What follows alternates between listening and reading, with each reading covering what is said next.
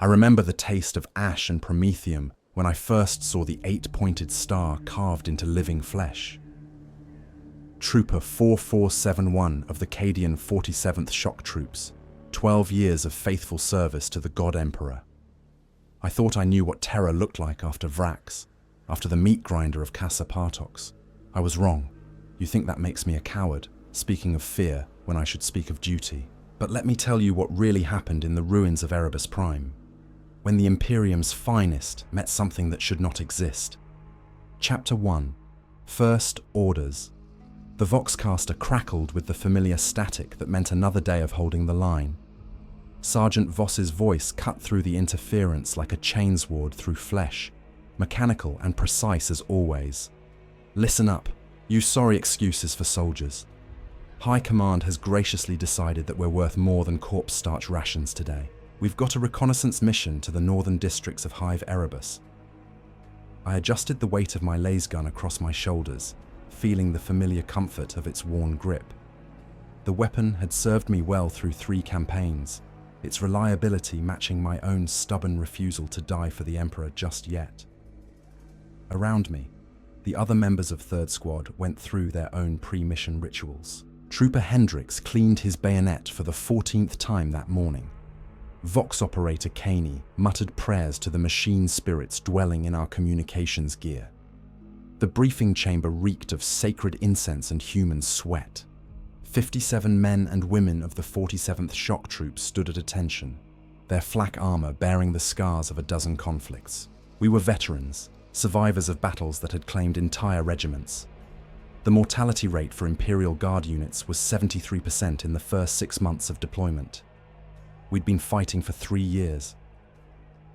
Intelligence reports indicate heretic activity in the ruins, Voss continued, his augmetic eye focusing on each of us in turn. Cultists, most likely. Maybe some renegade PDF if we're unlucky. Nothing the Emperor's finest can't handle. The taste of recycled air mixed with the familiar metallic tang that preceded combat deployment. I'd learned to recognize that flavor over the years. Part adrenaline, part fear. Part the simple biological fact that human beings weren't designed to live in the metal belly of an Imperial warship for months at a time. Erebus Prime had fallen to heretic forces 6 months ago. The initial assault had claimed 40,000 loyal citizens and an entire regiment of PDF troopers. What remained was a tomb world of twisted spires and broken dreams, perfect hunting ground for the enemies of mankind. Our job was simple: scout, report, survive. In that order. Sir, Trooper Hendricks raised his hand, the movement causing his combat webbing to creak with the weight of frag grenades and spare power cells. What's our extraction timeline? 72 hours maximum, Voss replied. Chimera transports will maintain position at LZ Throne, grid reference 447889. Miss the pickup, and you'll be walking home through heretic territory. The briefing continued for another 27 minutes, covering everything from ammunition allocation to proper Vox protocols. Standard Imperial doctrine demanded that every detail be specified, catalogued, and confirmed. The Departamento Munitorum had calculated that proper briefings increased mission success rates by 12%. I'd seen enough failed missions to know that percentage was optimistic. Our squad was designated Recon 7, tasked with investigating the northern hab blocks where intelligence suggested heretic activity. The mission parameters were straightforward. Advance 2 kilometers into hostile territory. Establish observation posts. Gather intelligence on enemy strength and disposition. We were the eyes and ears of the regiment, expendable but necessary. As we filed out to the armory, the weight of preparation settled around us like a familiar shroud. Each piece of equipment told its own story. The melter bombs secured to my combat harness had been manufactured on Forge World Metallica, their serial numbers tracing back through supply chains that spanned half the galaxy. My combat knife bore the mark of Departamento Munitorum Arsenal 17, where 10,000 identical blades rolled off production lines every day. The flak armor encasing my torso could stop a last round or low-velocity projectile, though it would do little against anything heavier. The ceramite plates were cracked in 17 places from previous engagements, each fracture a story of survival against odds that should have been insurmountable. Caney finished the final communications check as we reached the transport bay.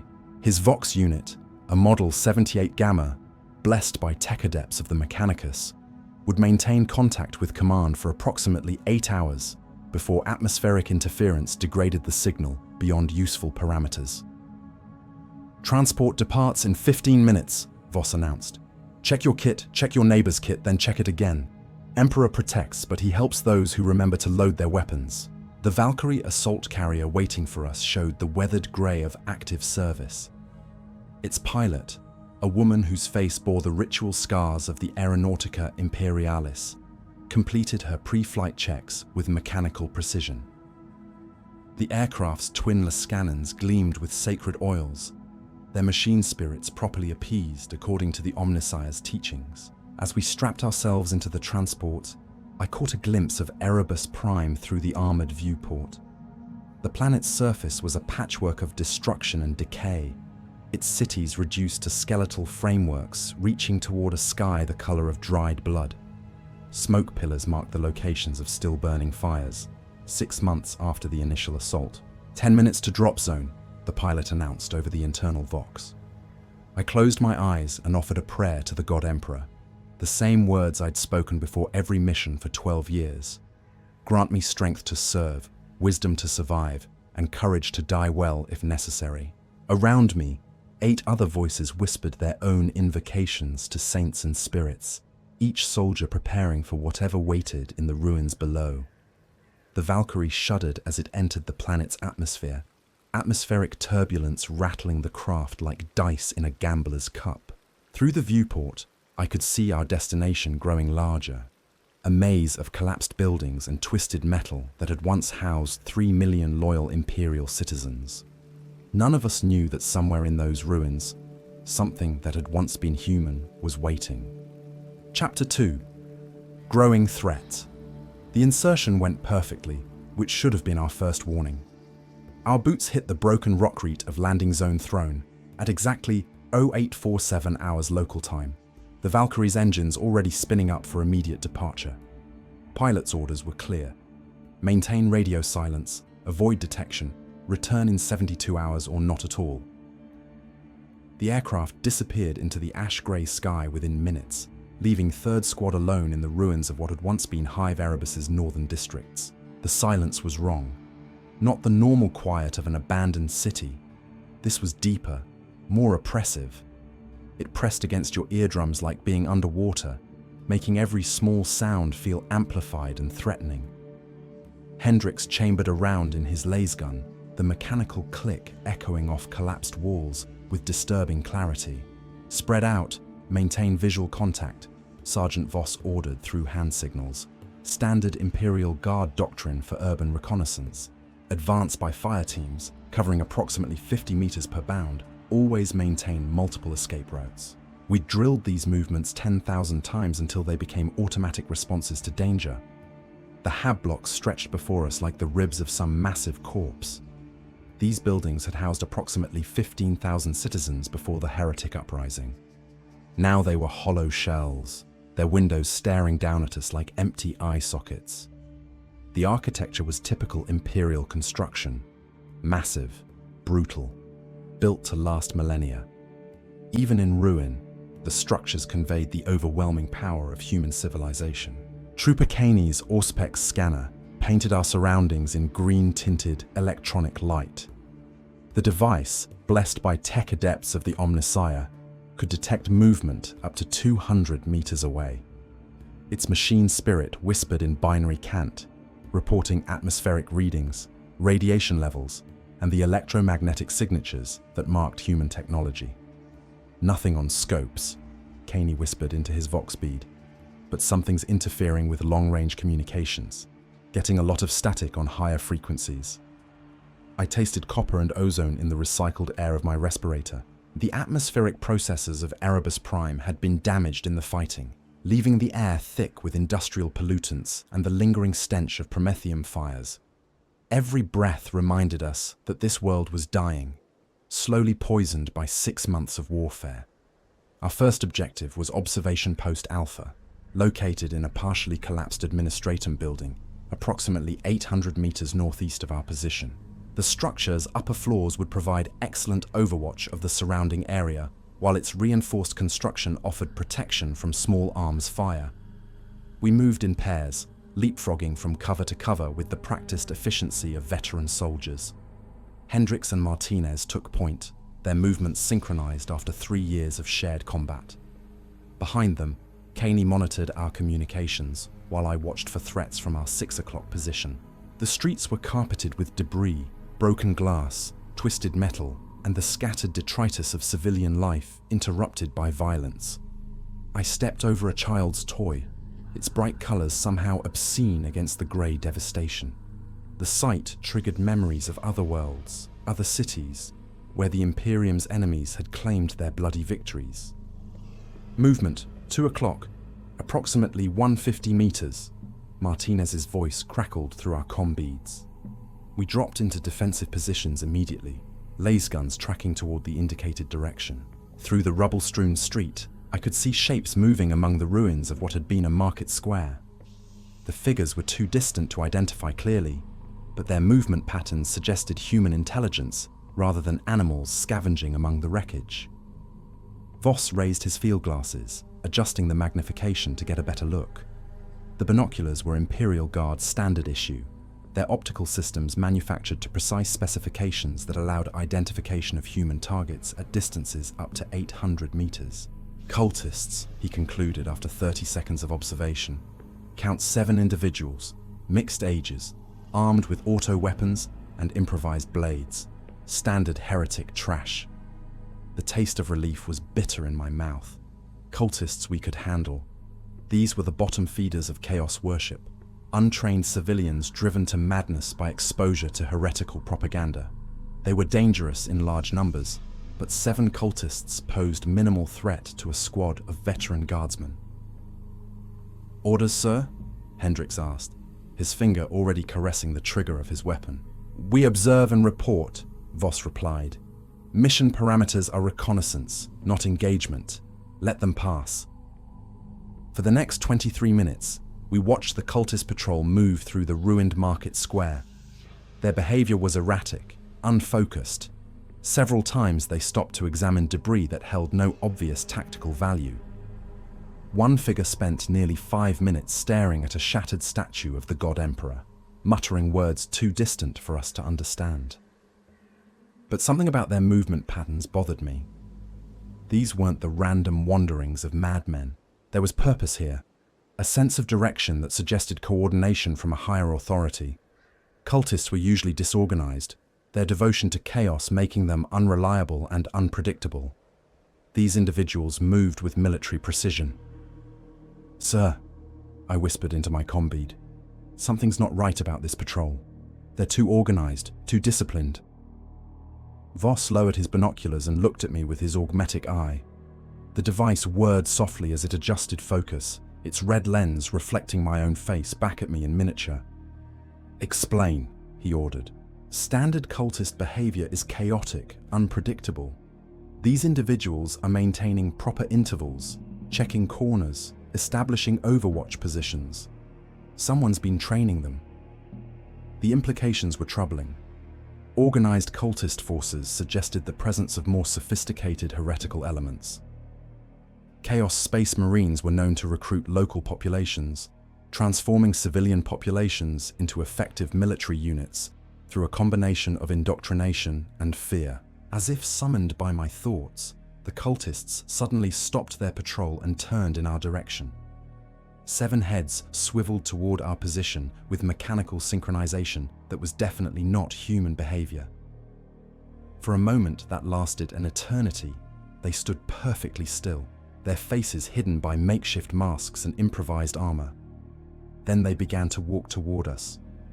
"Weapons free," Voss commanded, his voice carrying the calm authority of a man who'd faced death so many times it had become a familiar companion. "Engage on my mark." The cultists were still 400 meters away, well within effective range of our laser guns. At this distance, we could drop all 7 before they reached effective range with their auto weapons. It should have been a simple engagement. Target acquisition, controlled bursts, Confirm kills, continue mission. But as I centered my weapon's iron sights on the lead cultist, something made me hesitate. The figure's gait was wrong, too fluid for someone wearing improvised armor. And there was something about the way it held its weapon that suggested professional training, not the desperate flailing of a civilian driven to madness. "Sir," Caney's voice cut through my thoughts, tight with controlled fear. "I'm reading massive electromagnetic interference. Something's jamming our communications." The cultists were now 300 meters away and closing, still too far for accurate fire from their weapons, but close enough that I could see details of their equipment. The lead figure's armor wasn't improvised scrap metal. It was power armor, painted in the deep red of dried blood and decorated with symbols that hurt to look at directly.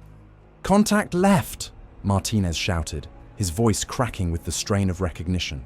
"Chaos Space Marines." That's when I saw it clearly for the first time. 8 feet of transhuman horror wrapped in ceramite and hatred, moving toward us with the inexorable patience of something that had been killing for 10,000 years. The thing that had once been human was now something else entirely. Its armor fused with flesh in ways that violated every law of nature and sanity. The taste in my mouth shifted from copper to ashes as I realized we weren't facing cultists at all.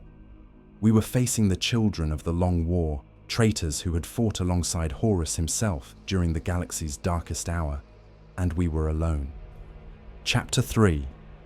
Enemy Revealed. The moment stretched like a guitar string about to snap. 7 figures that had seemed human at distance now resolved into something that belonged in the deepest nightmares of Imperial citizens. What I had mistaken for cultists were Chaos Space Marines, their power armor corrupted by 10 millennia of exposure to the warp's touch. The lead figure stood nearly 8 feet tall, his crimson armor scarred by countless battles. Where the Aquila should have been, an 8-pointed star was carved deep into the ceramite, the metal around it stained with what looked like dried blood. But it was the helmet that made my breath catch in my throat. A snarling demon's face, rendered in brass and bone, its eye lenses glowing with malevolent intelligence. "Emperor, preserve us," Hendricks whispered, his voice barely audible over the Vox channel. Sergeant Voss's training took over immediately.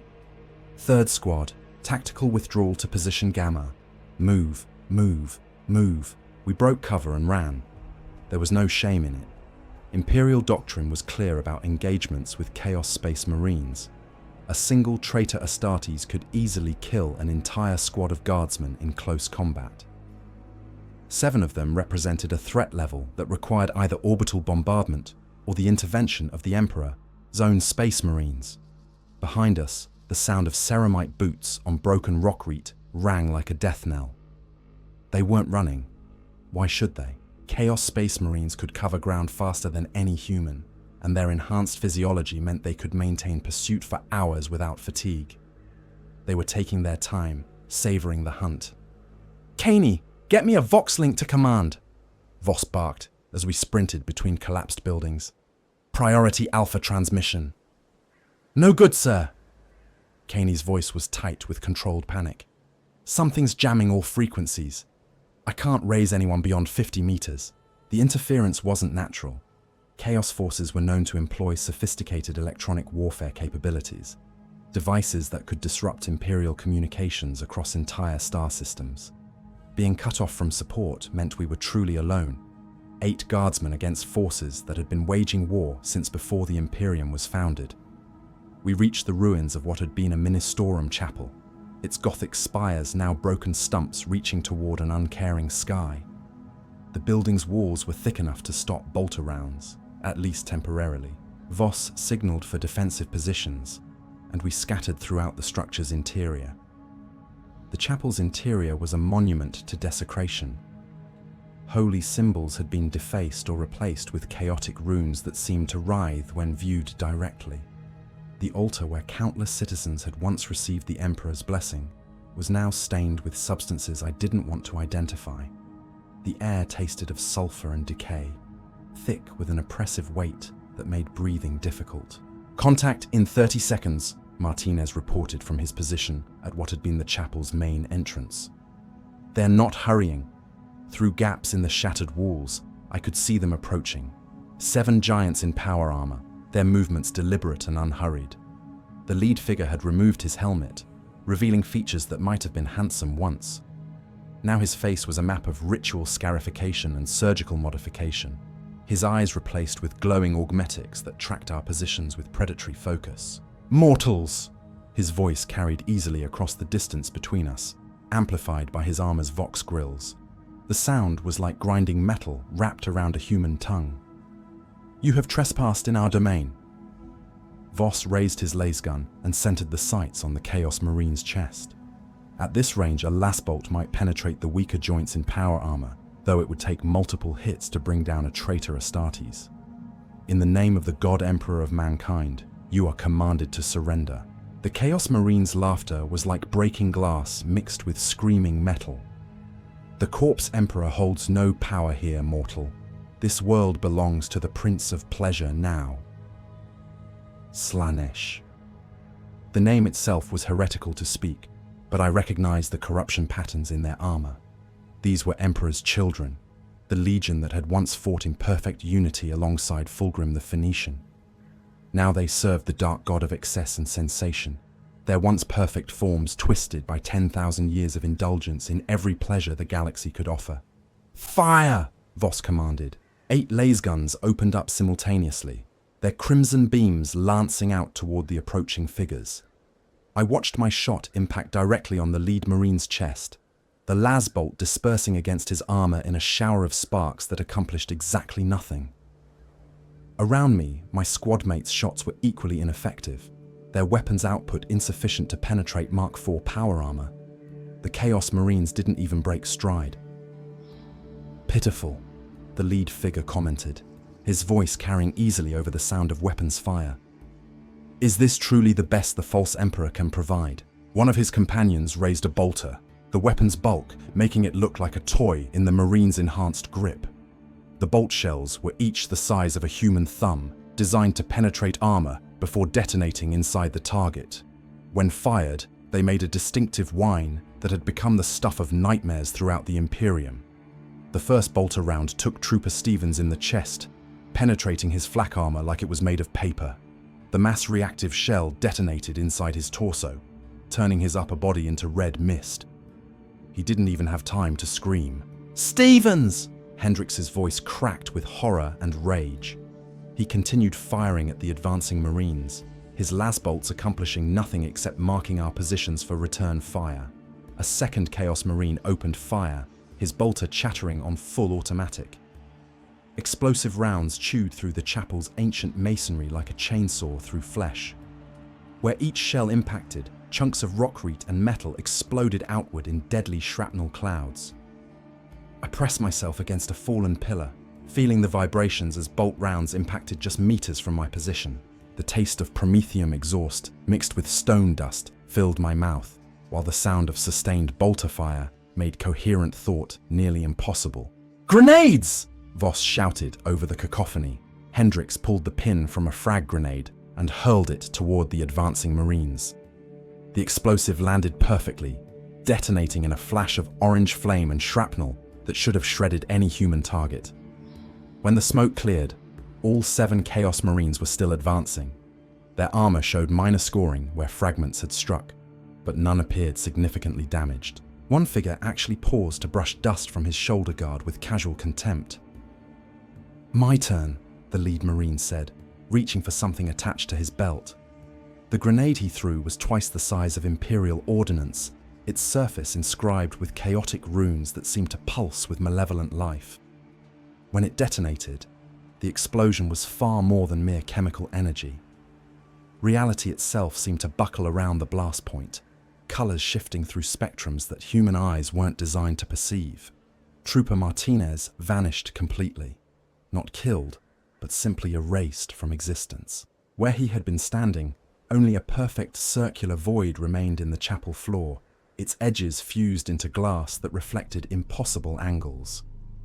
"Warp grenade," Caney whispered, his voice thick with horror. "They're using demonic weapons."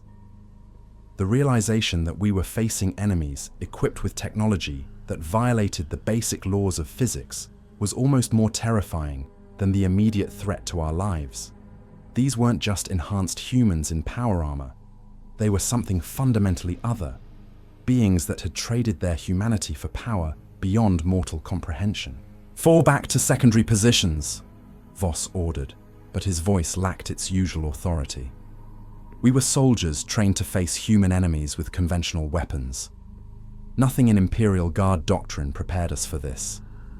As we retreated deeper into the chapel's ruins, I caught sight of the lead Chaos Marine's face again. His expression wasn't one of battle fury or tactical concentration. Instead, he wore the look of someone sampling a fine wine, savoring each moment of our terror with the appreciation of a connoisseur. "Run, little mortals," he called after us, his voice thick with anticipation. "We will give you a 10-minute head start. It has been so long since we enjoyed a proper hunt." The sound of ceramite boots on stone stopped completely. 7 of the Imperium's most feared enemies had simply paused their advance to give us time to run, not out of mercy or tactical necessity, but for their own amusement. That's when I understood the true horror of what we faced. Death was the least of our concerns now. Chapter 4. Battle joined. 10 minutes.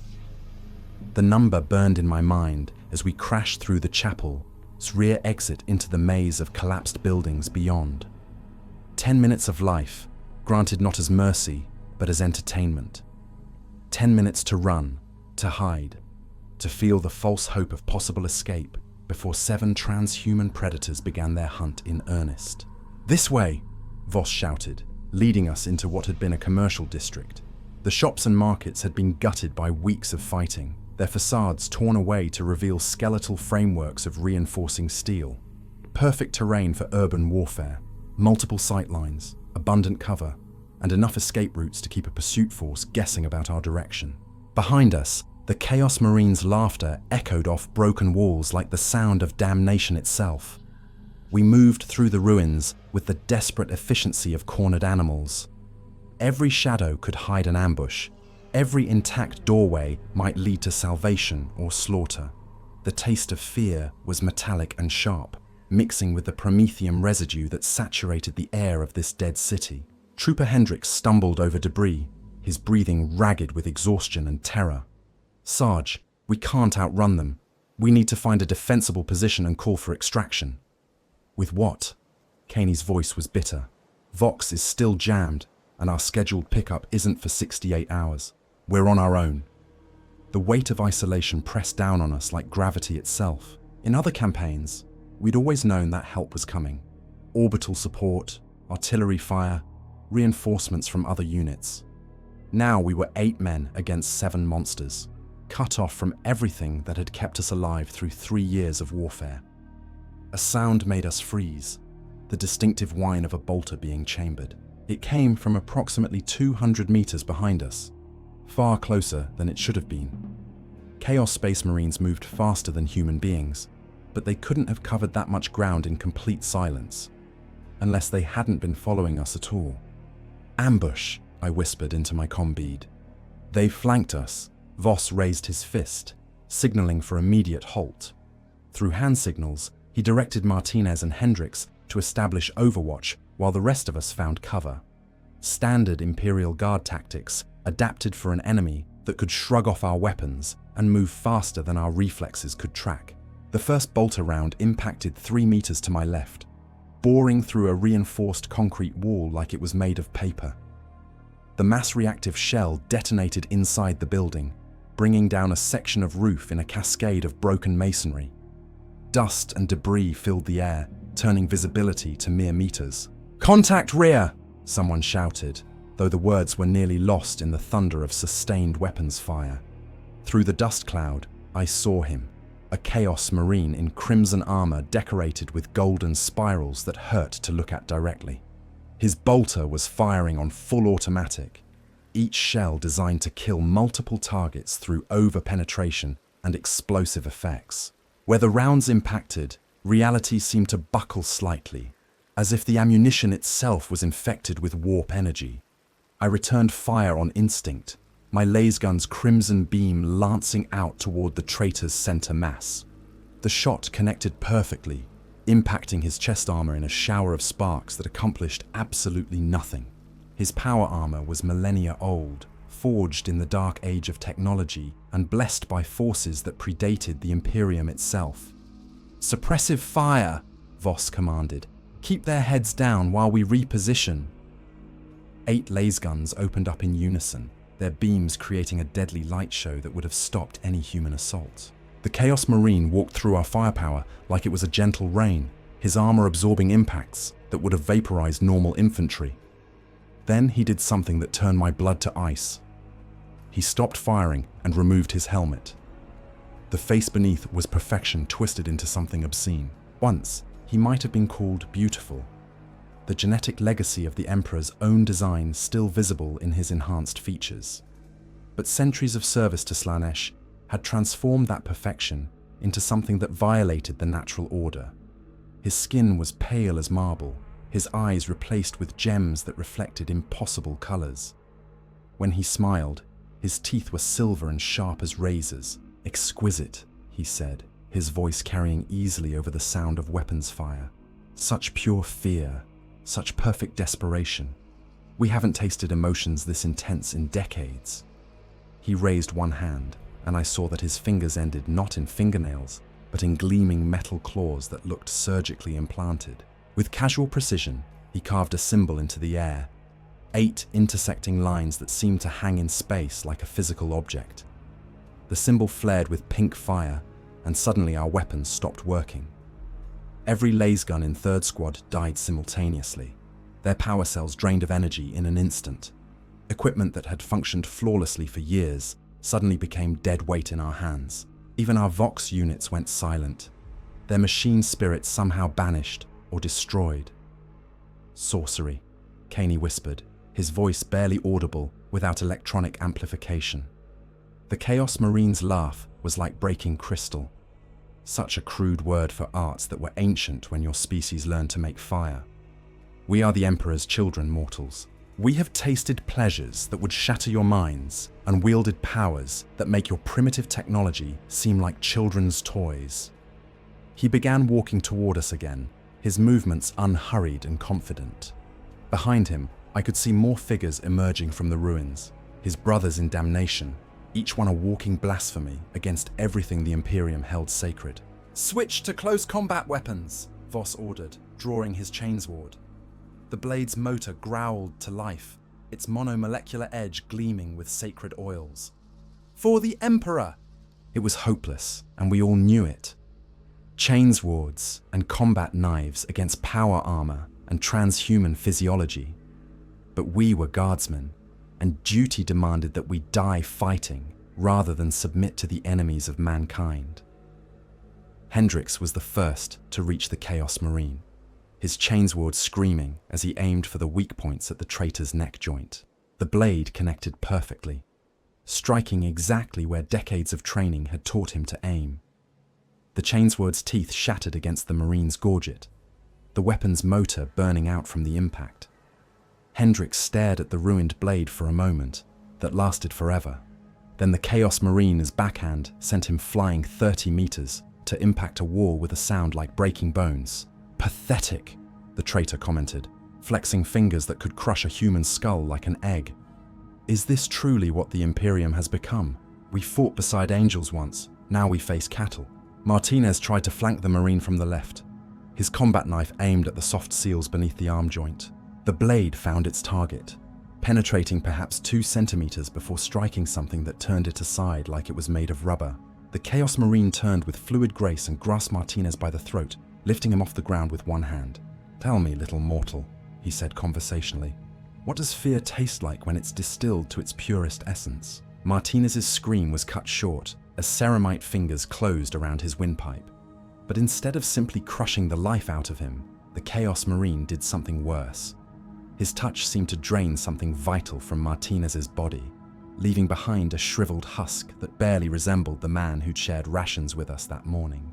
"Delicious," the traitor murmured, dropping the corpse like discarded refuse.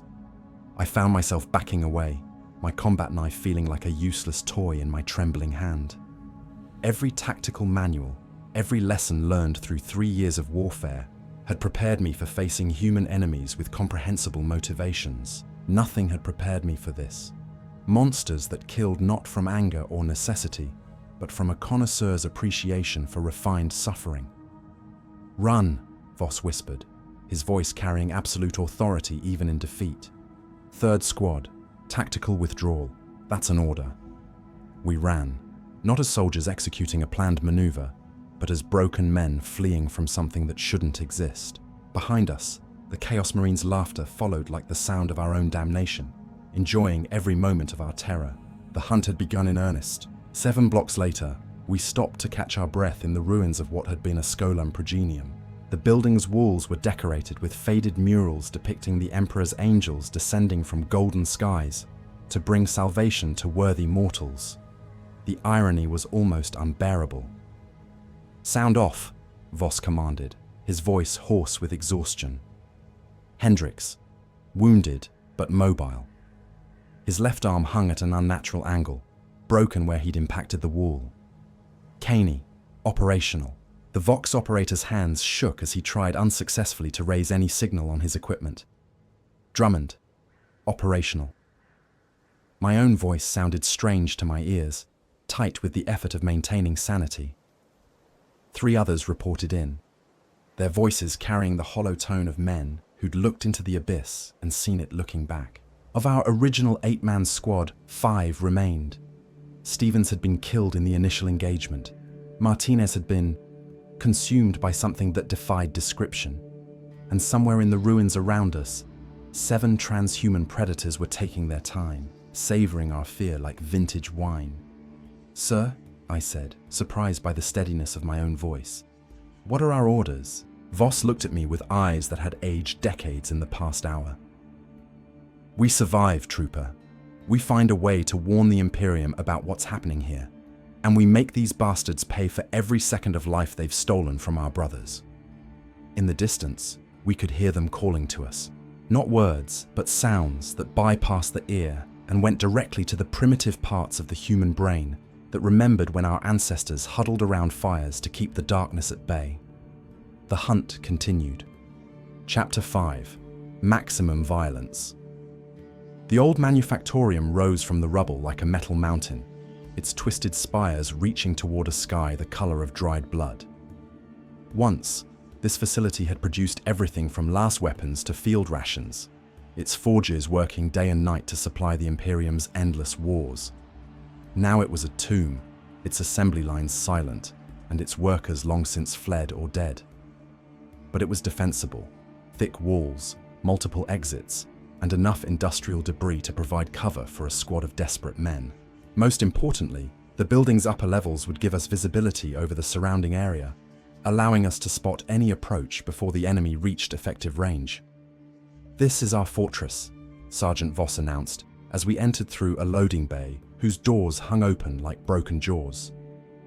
"We make our stand here." The interior was a maze of conveyor belts, assembly stations, and massive industrial machinery. Everything was coated in a layer of dust and corrosion that spoke of months of abandonment. The air tasted of machine oil and decay, with an underlying chemical tang that made my throat burn. "Hendricks, take the western approach. Caney, monitor the eastern entrance. Everyone else, establish fields of fire on the main floor." Voss's tactical mind was still functioning, despite everything we'd witnessed. "We fight from concealment, use the machinery for cover, and make them work for every meter." I found a position behind an industrial press that had once shaped armor plates for Imperial vehicles. The machine was massive enough to stop bolter rounds, at least temporarily, and its position gave me clear sight lines across most of the factory floor. My lasgun was still dead, drained by whatever sorcery the Chaos Marines had employed, but I'd managed to scavenge a stub pistol from Martinez's kit. The weapon was primitive compared to Imperial Guard standard issue, but it would kill humans at close range. Unfortunately, we weren't fighting humans. Movement on the perimeter, Hendricks reported through the improvised communication system we'd established using field signs and whispered words. Multiple contacts approaching from the north. Through gaps in the factory's broken walls, I could see them. 7 figures in crimson armor moving through the ruins with the patience of apex predators. They weren't rushing this time. Why should they? We were trapped in a building with limited exits. Our weapons were non-functional, and they had all the time in the galaxy to enjoy our suffering. The lead figure stopped approximately 50 meters from the main entrance, well within the range where his bolter could turn our cover into deadly shrapnel. He raised something to his mouth, a device that looked like a combination of voxcaster and musical instrument. When he spoke, his words echoed through the factory with supernatural clarity. Mortals. His voice carried the cultured accent of nobility corrupted into something obscene.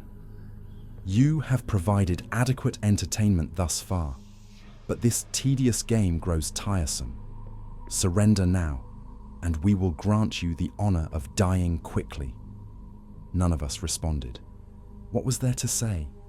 We knew what these creatures were, what they had done to our brothers. Death was preferable to whatever twisted fate awaited prisoners of the Emperor's children. No reply? The Chaos Marine's laughter was like breaking glass wrapped around screaming metal. How disappointing. Very well, we shall extract our pleasures from your corpses instead. The first bolter round punched through the factory wall as if it were made of paper, detonating inside a forge unit 10 meters from my position.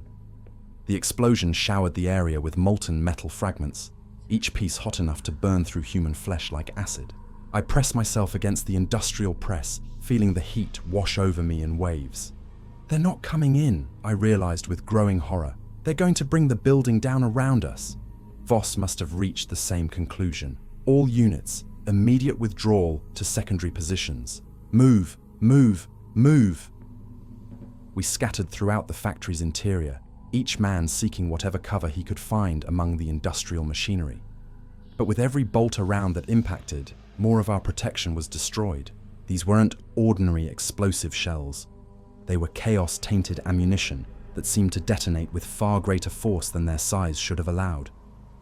A second Chaos Marine opened fire from the eastern approach, his weapon chattering on full automatic. Where his shots hit, reality itself seemed to buckle and twist, colors shifting through spectrums that human eyes weren't designed to perceive. One round struck near Trooper Fleming, and when the impossible light faded, half his body had simply changed. The flesh had become something crystalline and sharp, beautiful and horrible in equal measure. Fleming's screams lasted exactly 13 seconds before the transformation reached his lungs. "Sonic weapons inbound!" Caney shouted from his position near the eastern wall. "Take cover." The sound hit us like a physical force. It wasn't music in any sense that human beings understood. It was mathematics made audible, frequencies calculated to resonate with human bone and nervous tissue in ways that caused maximum agony. My skull felt like it was splitting apart from the inside, while my vision blurred into nauseating kaleidoscope patterns. Through the sensory overload, I saw one of the Chaos Marines standing in the main entrance. He held a weapon that looked like someone had crossed a bolter with a pipe organ, its multiple barrels gleaming with unholy light. When he fired, the sonic blast tore through our cover like it was made of tissue paper. Hendricks took the full force of the attack. His body didn't explode or disintegrate. It simply came apart at the molecular level, transforming from solid matter into a cloud of component atoms that sparkled briefly in the factory's dim light before dispersing into nothingness. "Fall back to the upper levels," Voss commanded, but his voice was barely audible over the continuing sonic assault. "Fighting withdrawal." We retreated up a maintenance stairway that led to the factory's administrative offices. The metal steps rang under our boots like funeral bells, each footfall marking another step closer to inevitable doom. Behind us, the Chaos Marines were taking their time, savoring our terror like connoisseurs sampling a rare vintage.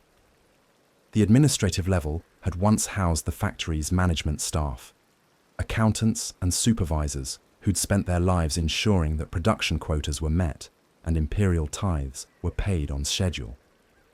Now their offices were empty shells, their windows providing excellent views of the surrounding ruins and our approaching doom. "Contact," someone shouted from the western window. More hostiles approaching! Through the reinforced glass, I could see additional figures moving through the streets below. Not Chaos Space Marines this time. These were human-sized, wearing the tattered uniforms of Imperial Guard units. But something was wrong with their movement patterns, too fluid and graceful for exhausted soldiers fleeing from overwhelming force. Possessed, Voss identified grimly. Demonic entities wearing human flesh as disguises. The revelation that we faced not just Chaos Marines, but demon-possessed humans was almost more than my sanity could process. These had been Imperial Guardsmen once, loyal soldiers who'd served the Emperor faithfully until some terrible moment when they'd been overwhelmed by forces beyond human comprehension. Now they served as scouts and infiltrators for their transhuman masters, their enhanced abilities making them far more dangerous than their human appearance suggested. 17 contacts on the northern approach, 23 from the east, Caney reported from his position at another window. They're surrounding the building. The sound of ceramite boots on metal stairs echoed through the factory as the Chaos Marines began their ascent. They moved slowly, deliberately, enjoying every moment of our growing desperation. Each footstep was precisely timed to maximize the psychological pressure, a calculated torture that spoke to their millennia of experience in breaking human minds. "Listen to me," Voss said, his voice carrying the authority that had kept us alive through 3 years of warfare. "We're soldiers of the Imperial Guard. We've served faithfully, and we've done our duty. Whatever happens next, we face it with honor." Through the floor, I could feel the vibrations as the Chaos Marines reached the middle level of the factory. Soon they would be here, and our brief respite would end in blood and madness. I checked my stub pistol one final time, counting the 6 rounds in its cylinder. 6 shots to make a statement before the inevitable end. Not enough to kill a Chaos Space Marine, but perhaps enough to show these monsters that human courage couldn't be easily broken. "For the Emperor," I whispered, tasting the words like a final prayer. The first Chaos Marine appeared at the top of the stairway, his crimson armor reflecting the factory's emergency lighting in patterns that hurt to look at directly. He moved with casual confidence, secure in his transhuman superiority and millennia of combat experience. Why shouldn't he be confident? We were broken, exhausted, and effectively weaponless, but we were still soldiers. Voss was the first to open fire, his last pistol somehow functional despite the earlier sorcery. The weapon's beam lanced out to strike the Chaos Marine center mass, accomplishing exactly nothing except to mark our final moments with defiance. I fired my stub pistol twice, the primitive projectiles striking the traitor's helmet and bouncing off like pebbles thrown at a mountain. Around me, the survivors of Third Squad added their own futile gesture of resistance, each man facing extinction with the courage that had made the Imperial Guard legendary. The Chaos Marine stood motionless for a moment, allowing us to exhaust our ammunition against his invulnerable form. Then he began to laugh, the sound echoing through the administrative level like the voice of damnation itself. "Pathetic," he said, removing his helmet to reveal features that might once have been called noble. 10,000 years of warfare, and this is what the Imperium offers in opposition. We fought beside Primarchs when the galaxy was young. We've tasted pleasures that would shatter your primitive minds, and you dare to raise weapons against us. He raised one hand, and I saw that his fingers ended in surgical claws that gleamed with their own inner light. With casual precision, he traced a symbol in the air, 8 intersecting lines that seemed to hang in space like a physical object. The symbol flared with impossible colors, and suddenly the air itself became thick as honey. Movement became difficult, breathing became a struggle, and the simple act of remaining conscious required tremendous effort. "Warp manipulation," Caney gasped, his voice barely audible through the supernatural interference. "They're changing reality." Around the lead Chaos Marine, his brothers emerged from the stairway with the unhurried confidence of predators who knew their prey was helpless. 7 transhuman monsters, each one a walking blasphemy against everything the Imperium held sacred. But as they spread out across the administrative level, something unexpected happened. A sound cut through the supernatural oppression, the distinctive whine of power armor servos operating at maximum efficiency. Not the corrupted machinery of chaos, but the pure mechanical hymnal of Imperial technology, blessed by the Omnissiah. Through the factory's eastern windows came a sight that burned itself into my memory forever. An angel of death wrapped in midnight blue, his armor unmarked by corruption, his weapons singing with righteous fury. A space marine, a real space marine, one of the Emperor's chosen, had come to our aid. The ultramarine sergeant landed on the factory floor with impossible grace, his bolt pistol already firing precisely aimed shots that found their targets with supernatural accuracy. Where his shells struck, chaos armor cracked and bled, proving that even transhuman monsters could be killed by the right weapons wielded with sufficient skill. For Ultramar and the Emperor, his voice boomed through the factory's interior, carrying an authority that made the Chaos Marines' earlier arrogance seem like children playing at war. The final battle had begun. Chapter 6. Tactical Shift. The Ultramarine moved like liquid death, wrapped in ceramite and righteousness. His bolter spoke with the voice of the Emperor himself, each shell finding its target with the precision that only centuries of combat experience could provide. Where ordinary ammunition had failed against chaos armor, his blessed rounds punched through corrupted ceramite to detonate inside the traitor's enhanced flesh. "Loyalist dog," the lead Chaos Marine snarled, his cultured accent replaced by something far more primitive and vicious. "You think your corpse god's protection will save you here?" The Emperor's child raised his own bolter, a weapon that screamed with demonic voices as it fired. But the Ultramarine was already moving, rolling behind industrial machinery with superhuman grace. The possessed ammunition struck only empty air, detonating in bursts of pink fire that left reality twisted in their wake. "I am Sergeant Titus of the 4th Company," the Loyalist announced, his voice carrying absolute confidence despite being outnumbered 7-1.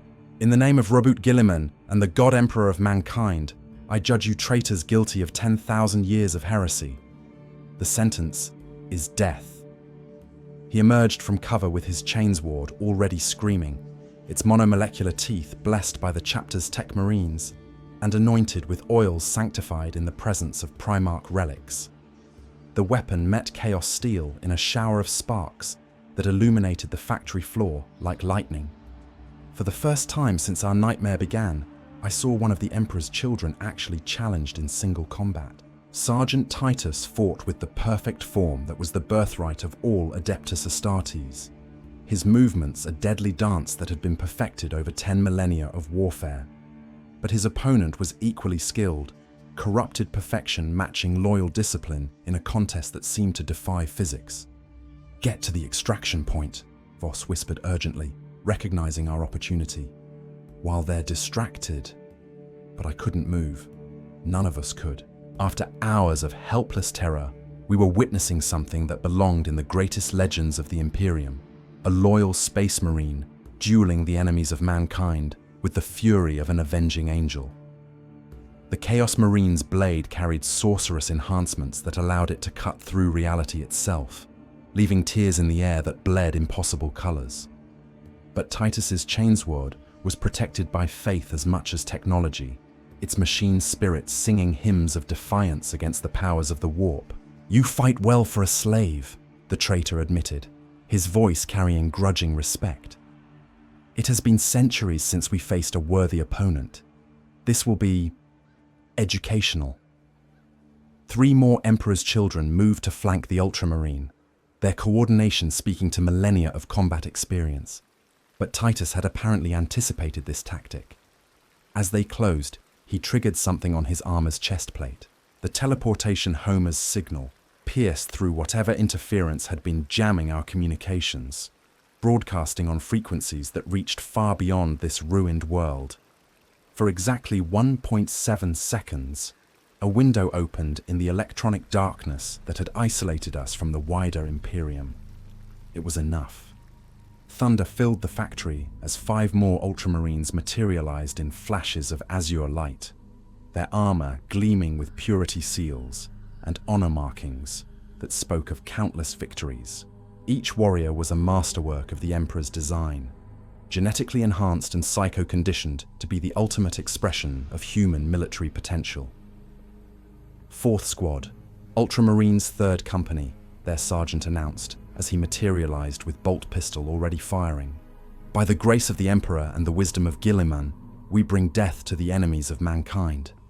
The battle that followed lasted exactly 4 minutes and 37 seconds. I know the precise duration because I counted every heartbeat, every breath, every moment of the most ferocious combat I had ever witnessed.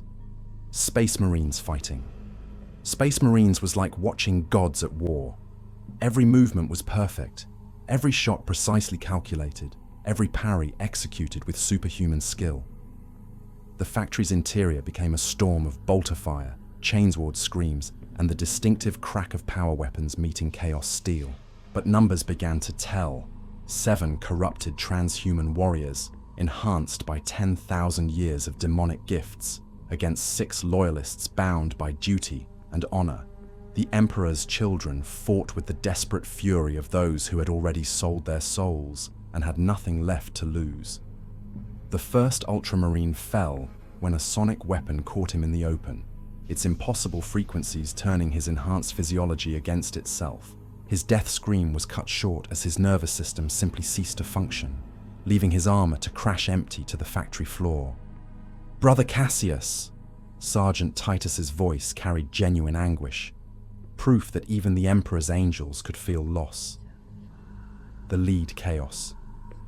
Marine laughed as he reloaded his demonic weapon. "Did you think your corpse god's protection would preserve you? We learned to kill your kind when the galaxy was young." But his confidence proved premature. Even as he spoke, another Ultramarine flanked him from the east, moving through the industrial machinery with the patience of a born predator. The bolt pistol shot that took the traitor in the side was perfectly aimed, punching through a weak seal in his armor to detonate inside his enhanced ribcage. The Emperor's child staggered but didn't fall, his corruption-enhanced physiology already working to heal damage that would have killed any mortal man. Black blood seeped from the wound, steaming where it touched the factory floor.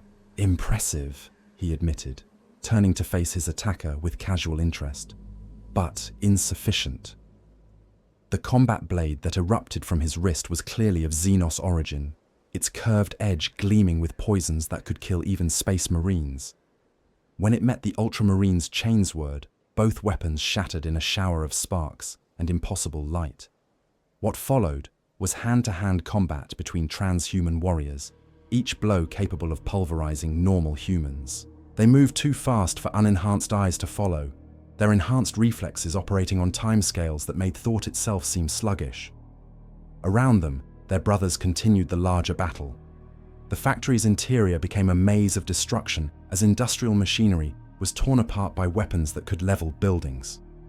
Every surface was scarred by bolter impacts, sonic distortions, and the strange wounds that chaos weapons left in reality itself.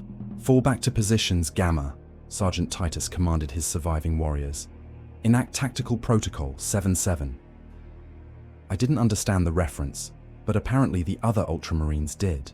They began moving with even greater coordination, their actions suddenly synchronized in ways that suggested shared tactical doctrines refined over centuries of warfare. "Pitiful," one of the Emperor's children commented as he reloaded his bolter with ammunition that writhed like living things.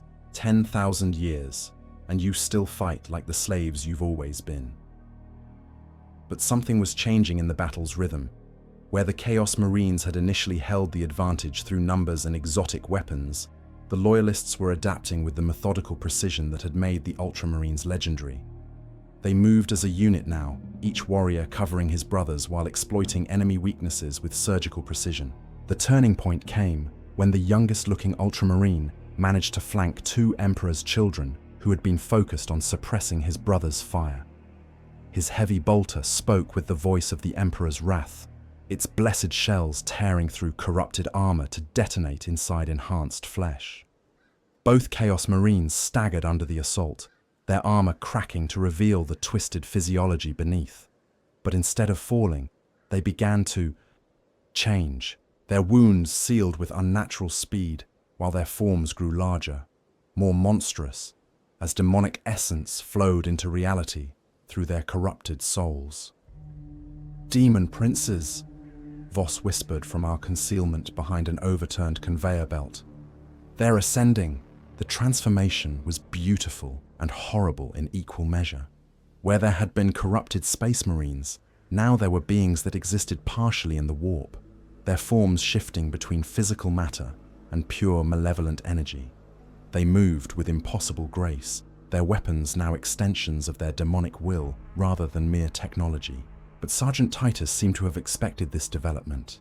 He reached for something attached to his belt, a device that looked like a combination of grenade and sacred relic, its surface inscribed with words in high Gothic that hurt to read. "For the Emperor," he said simply, pulling the activation pin. The holy grenade's detonation was unlike anything I had ever witnessed. Light filled the factory, not with mere photons, but with something that bypassed the eyes and went directly to the soul. Where it touched, demons screamed and retreated, their forms dissolving back into the warp that had spawned them. When my vision cleared, 3 of the Emperor's children lay dead or dying, their corrupted forms no longer able to sustain themselves in reality. But 4 still remained, and their rage at seeing their brothers banished was terrible to behold. "Clever," the lead traitor admitted, wiping black blood from his mouth, "but ultimately futile. We have eternity to perfect our hatred. You have only moments left to live." The final phase of the battle began with sonic weapons shrieking hymns to the Dark Prince, their frequencies calculated to resonate with Space Marine physiology in ways that caused maximum agony. But the Ultramarines endured, their faith and conditioning allowing them to function even under assault that would have driven normal humans insane. As the combat reached its crescendo, I realized something that should have been obvious from the beginning. We weren't just witnessing a battle. We were seeing a test, a demonstration of everything that separated the loyal from the damned. Every move, every shot, every sacrifice carried meaning that extended far beyond simple tactical necessity. The Imperium's enemies were ancient, powerful, and utterly without mercy. But they were also predictable, slaves to their own corruption who had traded adaptability for power. The Loyalists were fewer in number and less individually powerful, but they fought with coordination and purpose that their enemies could no longer comprehend. When the last Chaos Marine fell, pierced through the heart by Sergeant Titus's power sword, the silence that followed felt like a religious experience. 7 of the galaxy's most feared enemies lay dead or banished, their threat ended by 6 warriors who had never forgotten their oaths of loyalty. "Threat neutralized," Sergeant Titus reported into his Vox unit, his voice carrying the satisfaction of duty properly performed, requesting immediate extraction for Imperial Guard survivors. He turned to look at us then, his helmet's lenses focusing on our concealment with superhuman perception. When he spoke, his voice carried the authority of the Emperor himself. "Well fought, Guardsman. The Imperium will remember your sacrifice." For the first time in hours, I allowed myself to believe that we might actually survive this nightmare. Chapter 7. Hard Lessons. The Thunderhawk gunship descended from Erebus Prime's blood-red sky like an angel of deliverance, its twin engines trailing contrails of blessed promethium. After 18 hours of hell, the sight of Imperial Navy aircraft approaching our position was almost enough to make me weep with relief. "Extraction confirmed," Sergeant Titus announced, his Vox unit crackling with static as orbital communications were re-established. Imperial Guard survivors ready for immediate evac. I looked around at what remained of 3rd Squad. Of the 8 men who had inserted onto this cursed world, only 4 survived. Myself, Sergeant Voss, Trooper Caney, and Corporal Williams, who had somehow avoided the worst of the fighting by remaining unconscious behind a collapsed wall. 4 men out of 8, losses that would be recorded in the Departamento Munitorum's casualty reports as acceptable within operational parameters. The numbers didn't capture what we'd witnessed. They couldn't quantify the horror of watching Martinez consumed by something that had once been human. or the way Fleming had transformed into crystalline beauty before dying in agony. Statistics were inadequate to describe the moment when reality itself had bent around weapons that violated the basic laws of physics. "Move to the extraction point," Voss ordered, his voice hoarse from hours of combat and terror. "Stay alert until we're off-world." We picked our way through the factory's debris-strewn interior, stepping carefully around the remains of 7 Chaos Space Marines. Even in death, the traitors' armor showed the marks of their corruption, symbols that seemed to shift when viewed directly, metal that bled when struck, technologies that had been fused with demonic essence over millennia of heretical practice. Sergeant Titus and his surviving battle brothers maintained overwatch as we moved, their enhanced senses scanning for threats that normal humans might miss. 3 Ultramarines had fallen in the engagement, their gene seed now lost forever to the Imperium. The survivors showed no obvious signs of grief, but I had learned enough about Space Marines to recognize the subtle changes in their posture that indicated profound loss. "Guardsman," Titus addressed me directly as we reached the factory's main entrance. "Your name and unit designation." "Trooper 4471, Cadian, 47th Shock Troops, sir," I replied, standing as straight as exhaustion would allow. "You maintained discipline under extreme duress," he observed, his helmet's lenses focusing on my face with mechanical precision. "Your conduct honors your regiment and the Imperium." Coming from an Ultramarine, the compliment was worth more than any medal or commendation. These were warriors who had fought alongside Primarchs, who had defended the Imperium for 10,000 years against enemies that defied human comprehension. If Sergeant Titus considered our performance worthy of praise, then perhaps we hadn't completely failed in our duty. The Thunderhawk's landing created a whirlwind of dust and debris that stung exposed skin like 1,000 tiny needles. Its hull bore the scars of countless battles, las-burn marks, projectile impacts, and the distinctive scoring left by Chaos weapons. But its machine spirit sang with perfect harmony, untainted by corruption or doubt. "Board, immediately!" the pilot's voice crackled through external speakers. "We have a narrow window before enemy air defenses come online." As we climbed the assault ramp, I caught sight of the factory's interior one final time. 7 bodies in crimson armor lay where they had fallen, their forms already beginning to decay as the demonic essence that had sustained them leaked back into the warp. By tomorrow, they would be nothing but empty shells, monument to the Imperium's victory over forces that should have been invincible. The Thunderhawk's interior was a sanctuary of Imperial technology and sacred purpose. Every surface bore purity seals and litanies of protection, while the air recycling systems filled our lungs with air that tasted of machine oils and sacred incense, rather than corruption and decay. "Medical attention for the wounded," one of the Ultramarines ordered, as we secured ourselves in crash restraints. "Full biological screening for Chaos taint."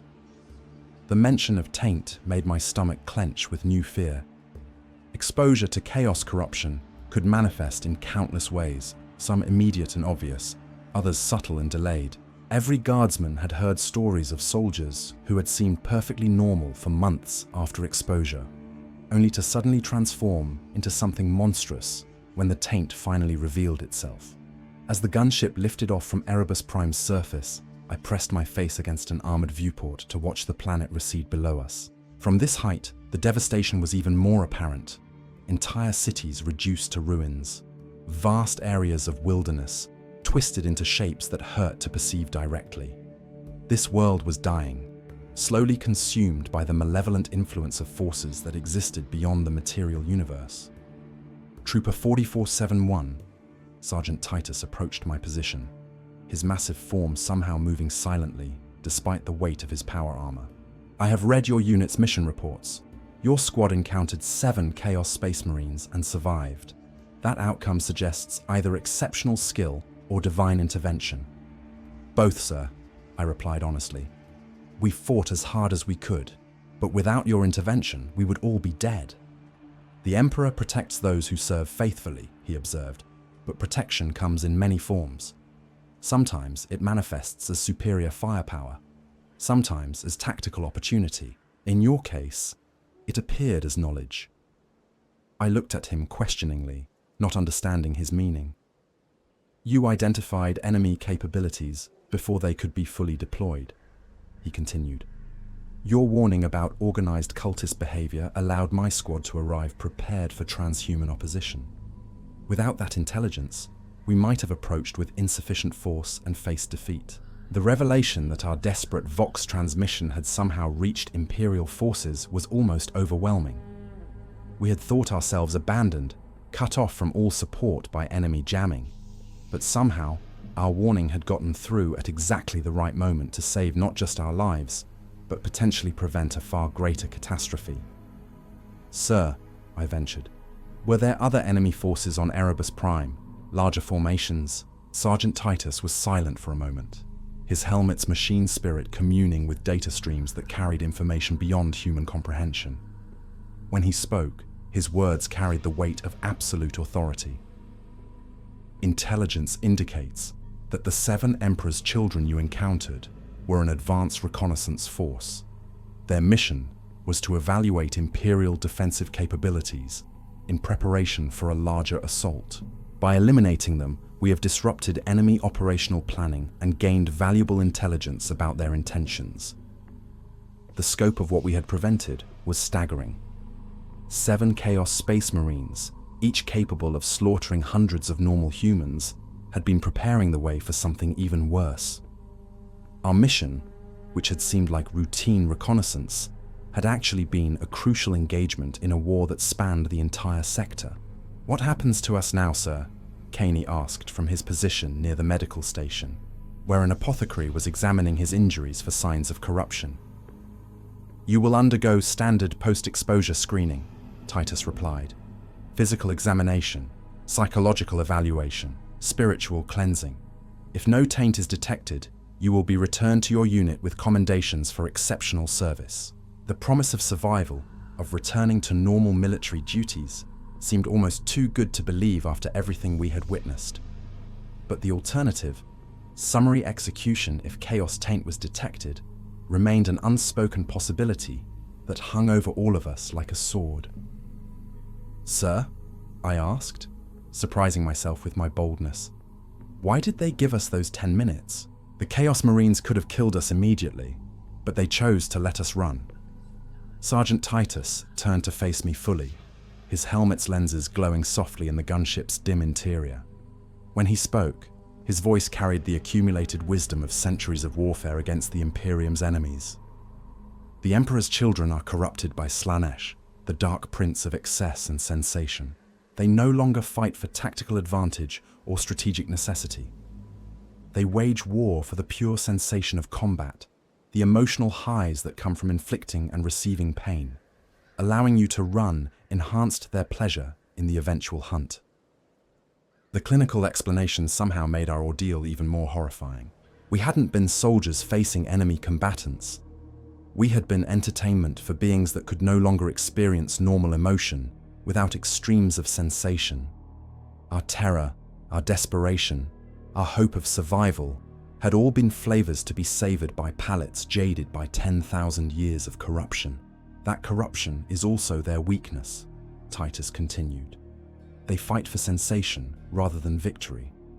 A truly tactical approach would have eliminated you immediately to prevent intelligence from reaching Imperial forces. Their need for stimulation allowed us to respond effectively.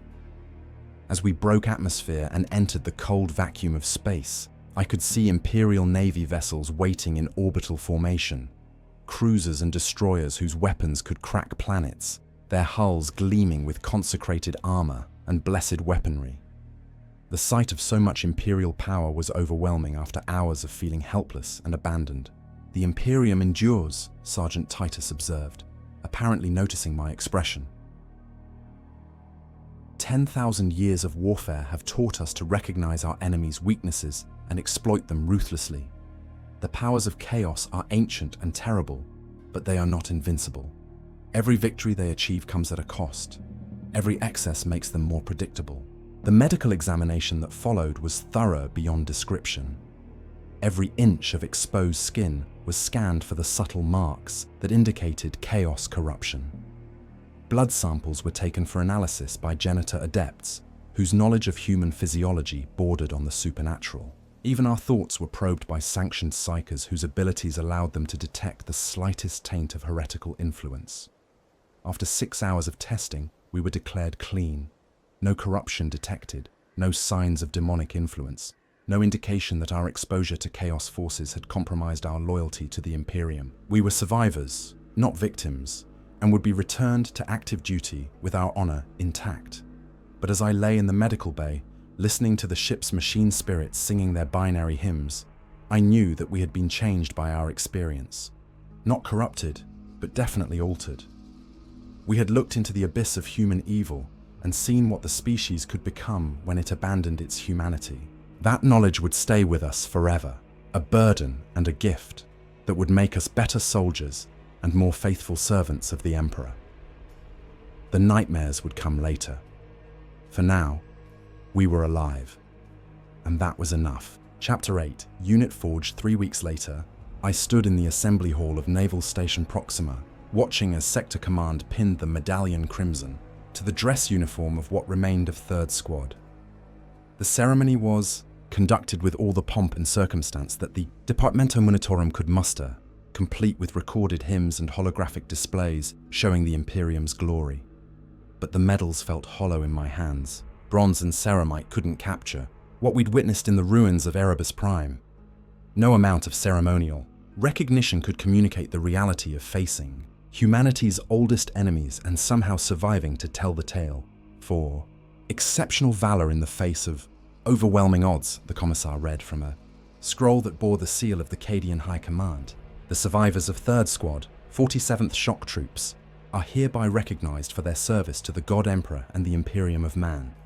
Sergeant Voss stood at attention, his back ramrod straight despite the injuries that still plagued him from our encounter with the Chaos Marines. Caney's hands shook slightly as he received his medal, a tremor that the medical staff attributed to nerve damage, but which I knew came from remembering the sound of Martinez's final scream. Williams maintained perfect military bearing, though his eyes held a 1,000-yard stare that had become common among soldiers who'd faced the worst the galaxy could offer. After the ceremony, we were assigned to temporary quarters while the administratum decided our fate. Standard Imperial doctrine required extensive psychological evaluation for any personnel who had survived extended contact with Chaos forces. The process could take months, during which we would be observed, tested, and analyzed by specialists whose job was to determine if we remained fit for service. Drink, Voss suggested as we made our way through the station's corridors, our dress uniforms drawing salutes from junior personnel who recognized our decorations. The Enlisted Men's Club was a refuge of familiar sounds and smells, the clink of glasses, the low murmur of conversation, the underlying scent of cheap alcohol and recycled air.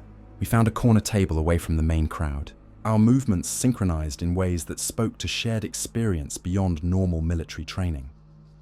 To the dead, Voss raised his glass, naming each fallen comrade with the precision that duty demanded.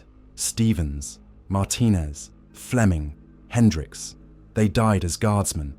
Faithful to the end, we drank in silence, the alcohol burning away some of the cold that had settled in our bones during those terrible hours in the manufactorum. Around us, other soldiers told stories of their own campaigns, their voices carrying the casual bravado of men who had faced human enemies with comprehensible motivations. None of them had looked into the eyes of something that had once been human and seen nothing but malevolent intelligence, savoring their fear like vintage wine. They're assigning us to different units, Caney said quietly, his voice barely audible over the ambient noise. Received the orders this morning. Standard protocol for survivors of extreme encounters. The news wasn't surprising, but it still felt like another kind of death. We'd become something more than a military unit during those 18 hours of hell. We were witnesses to truths that most Imperial citizens would never comprehend, bound together by shared knowledge that set us apart from normal humanity. Where? I asked. You and Williams to the Mordian Iron Guard, rotating garrison duty in the Segmentum Solar, Voss to training cadre on Cadia Prime, me to communications specialist school on Valhalla. Caney's laugh was bitter. They're spreading us across half the galaxy to prevent contamination of unit morale through shared traumatic experience. The Departamento Munitorum's logic was sound. if coldly pragmatic. Soldiers who had witnessed the true horror of chaos warfare might spread fear and doubt among their comrades, undermining the morale that kept Imperial Guard regiments functional. Better to separate us, dilute our influence among fresh recruits who still believed that courage and training were sufficient to face any enemy. But they didn't understand what we'd gained along with our trauma. We'd learned that the Imperium's enemies, no matter how powerful, could be defeated through proper tactics and unwavering faith. We'd seen Space Marines fight and win against odds that should have been impossible. Most importantly, we'd discovered that duty and loyalty weren't just abstract concepts. They were the weapons that allowed ordinary humans to stand against the darkness. Contact. William spoke for the first time since the ceremony, his voice carrying an authority that hadn't been there 3 weeks ago. Unknown personnel approaching our position. We turned as one, our movements synchronized by shared experience and heightened awareness. The figure approaching our table wore the midnight blue of the Ultramarines, his massive form somehow moving silently despite the weight of power armor. Other soldiers in the club unconsciously cleared a path, their instincts recognizing apex predator even without understanding the threat. Sergeant Titus, Voss stood immediately, his posture shifting to parade rest. "Sir." "At ease, Guardsman," the Space Marine replied, his helmet's Vox grills modulating his voice into tones of absolute authority. "I bring news from Chapter Command." He placed a data slate on our table, its surface displaying text in high Gothic script that spoke of assignments and transfers. But more importantly, it bore the seal of the Ultramarines' 4th Company, marking it as official communication from one of the Imperium's most respected military formations. "Your service on Erebus Prime has been noted by senior commanders," Titus continued. "The intelligence you provided allowed us to prevent a sector-wide chaos incursion that could have claimed billions of lives. Such service deserves recognition beyond mere medals." I read the data slate with growing amazement. Instead of assignment to regular guard units, we were being transferred to specialist formations that worked directly with Space Marine chapters, reconnaissance units that operated behind enemy lines, gathering intelligence that conventional forces couldn't obtain. It was dangerous work, but it meant our experience wouldn't be wasted on garrison duty or training exercises. "You've seen what the Imperium's enemies are truly capable of," Titus observed. "That knowledge makes you valuable assets in the war against chaos. But it also makes you dangerous to normal troops who haven't shared your experience. This assignment allows you to serve where your unique insights will be most effective." The irony wasn't lost on me. By surviving an encounter that should have killed us, we'd become too valuable to waste and too dangerous to integrate with normal forces. We were specialists now, experts in a field of warfare that most Imperial commanders preferred to ignore. "Sir," I ventured, "what happened to the other Chaos forces in the sector? Were there follow-up operations?" "The threat has been contained," Titus replied, his tone suggesting that the subject wasn't open for detailed discussion. "Your warning allowed us to deploy appropriate countermeasures before the enemy could establish a permanent foothold. Several worlds that might have fallen to Chaos corruption remain loyal to the Imperium." The casual mention of several worlds drove home the scope of what we'd helped prevent. Planets with populations in the billions, their fate decided by our desperate Vox transmission from a ruined factory. The weight of that responsibility was almost overwhelming. "When do we deploy?" Voss asked, his voice carrying acceptance of duty that had defined his entire military career. "Transport departs in 72 hours, Titus replied. "Your new units will provide additional training in specialized reconnaissance techniques, but your primary qualification is experience. You faced the enemy and survived. That makes you more valuable than a dozen recruits with perfect test scores." As the Space Marine prepared to leave, he turned back to address us one final time. "Remember what you've learned, Guardsmen. The Emperor's enemies are ancient and terrible, but they are not invincible. Every victory they achieve comes at a cost. Every excess makes them more predictable. Your duty is to exploit those weaknesses and ensure that others can do the same." After he left, we sat in contemplative silence, absorbing the implications of our new assignments. We would never again be normal guardsmen, content with simple objectives and comprehensible enemies. We were marked men, veterans of encounters that existed at the furthest margins of Imperial military doctrine. "Think we'll see each other again?" Williams asked, his voice carrying an emotion that duty had taught us to suppress. "Count on it," Voss replied firmly. "Wars like this don't end quickly. and specialists with our experience are rare. The galaxy's big, but the fight against chaos makes it smaller than you'd think. Over the next 2 days, we completed our final preparations for transfer. Medical examinations confirmed that we remained free of chaos taint, while psychological evaluations declared us fit for continued service despite elevated stress indicators consistent with extended combat exposure. The night before deployment, I found myself standing at one of the station's observation windows, looking out at the stars that held so many worlds locked in perpetual warfare. Somewhere among those lights, chaos cultists were spreading their corruption, while space marines fought to contain threats that could destroy entire civilizations. 3 weeks ago, I had been Trooper 4471 of the Cadian 47th Shock Troops, a competent soldier with 12 years of faithful service. Now I was something else entirely, a specialist, a witness, a survivor of encounters that most humans couldn't imagine. The change wasn't comfortable, but it was necessary. The Imperium needed soldiers who understood what they were truly fighting against. Not just the human enemies who could be defeated through superior firepower and tactics, but the cosmic horrors that threatened the very existence of humanity itself. We had looked into that abyss and returned with knowledge that could save lives and worlds. Tomorrow, we would begin new careers in units whose existence was barely acknowledged in official records. We would hunt enemies that violated the basic laws of physics and fight battles that would never appear in history books. But we would serve faithfully, as we always had, because duty demanded it, and the Emperor protected those who protected others. The nightmares would continue, but so would we. That was enough. Chapter 9, Victory. Earned. 6 months later, I crouched in the ruins of another dead city on another damned world, watching through my scope as cultist patrols moved through streets that had once housed 3 million loyal Imperial citizens. The planet was called Mordax 7, and it had been under chaos occupation for 4 months before intelligence decided that someone needed to take a closer look at enemy activities, that someone was Shadow Squad, a reconnaissance unit that didn't officially exist and conducted operations that were never recorded in any military archive.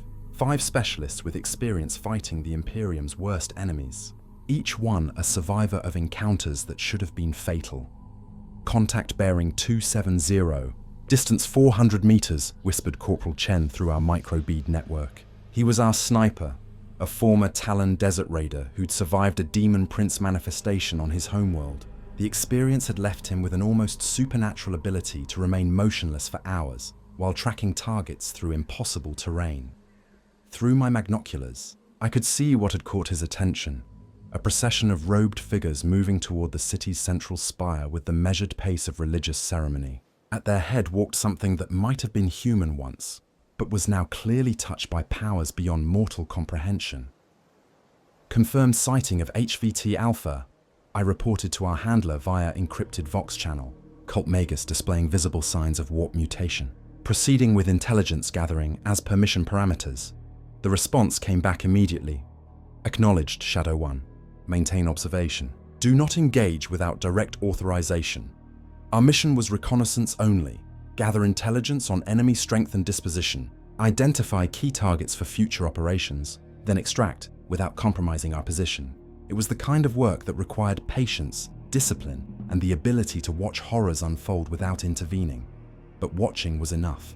The information we gathered would guide strikes that could save entire worlds. Movement on the eastern approach, reported Sergeant Kowalski, our team leader and a veteran of the Armageddon Steel Legion. Multiple contacts, mixed infantry and light vehicles. I shifted my observation to the indicated sector and felt my blood chill. The contacts weren't random cultist patrols. They were organized formations moving with military precision toward defensive positions around the central spire. Someone was preparing for a fight, which meant our presence might have been compromised. Possible compromise, I transmitted to our handler. Enemy forces assuming defensive postures consistent with anticipated Imperial assault. Recommend immediate extraction. But before the response could arrive, the sky above Mordax VII erupted into violence. Drop pods screamed down from orbit like falling stars, their heat shields glowing white-hot as they penetrated the planet's atmosphere. Each one carried a squad of space marines from the Imperial Fists chapter, their yellow armor gleaming like golden thunder as they deployed with perfect precision across the city's primary tactical objectives. Operation Cleansing Fire is now Active, our handler's voice crackled through increasing interference. Shadow Squad, maintain position and provide real-time intelligence on enemy response to Imperial assault. From our concealment in a collapsed administratum building, we had a perfect view of what followed. The Imperial fists moved with the methodical precision that had made them legendary, clearing buildings with coordinated fire teams, while Devastator squads provided overwatch from elevated positions. Their weapons spoke with the voice of the Emperor's wrath, bolter rounds and plasma blasts, turning cultist positions into cratered ruins. But the enemy wasn't helpless. As the first wave of loyalist forces secured their initial objectives, something far worse began to emerge from the city's depths. Demon manifestation confirmed, Chen reported, his voice tight with controlled fear. Central spire, upper levels. Entity classification unknown, but it's big. Through my scope, I could see reality itself bending around the spire's peak as something that existed partially in the warp forced itself into physical existence. The demon was beautiful and terrible in equal measure, its form shifting between states of matter that human perception couldn't properly process. When it spoke, its voice carried across the entire city with supernatural clarity. Mortals, you dare bring your pathetic crusade to our sacred ground? We shall teach you the true meaning of suffering. The Imperial Fist's response was immediate and devastating. Lascannons spoke from a dozen positions simultaneously, their beams converging on the demon with precision that spoke to centuries of tactical doctrine. But where the energy weapons struck, the creature's form simply absorbed the impacts without visible effect. Conventional weapons ineffective, I reported. Demon displaying immunity to directed energy assault. That's when I saw them. 3 figures in midnight blue power armor moving through the city's ruins with the inexorable patience of apex predators. Ultramarines, their armor decorated with purity seals and honor markings that spoke of countless victories against the enemies of mankind. Librarian deployment confirmed, Kowalski observed. Looks like someone came prepared for demonic opposition. The lead Ultramarine carried a force weapon that crackled with psychic energy, its blade wreathed in power that existed partially in the warp. When he raised it toward the demon, reality itself seemed to respond to his will, bending around him in ways that made my enhanced senses scream warnings about impossible geometries. The psychic duel that followed was visible to unaugmented humans as flashes of light and distortions in the air that made focusing difficult. But through my scope's enhanced optics, I could see the true battle, 2 forms of consciousness wrestling for dominance over the fundamental forces of existence. Demons manifesting secondary entities. Chen reported as smaller horrors began materializing around the central spire. Count, 17 lesser demons, classification mixed. Some of them look familiar. I knew what he meant. After 6 months of operations against Chaos forces, we'd learned to recognize the different types of demonic entities that served the Dark Gods. These were Slaaneshi manifestations, creatures of excess and sensation that fed on human emotion and suffering. The Imperial Fists adapted their tactics immediately, switching to blessed ammunition and consecrated weapons that could wound entities that existed partially outside reality. But for every daemon they banished, 2 more seemed to take its place. The central entity's power, growing stronger as the battle's intensity increased. Shadow 1.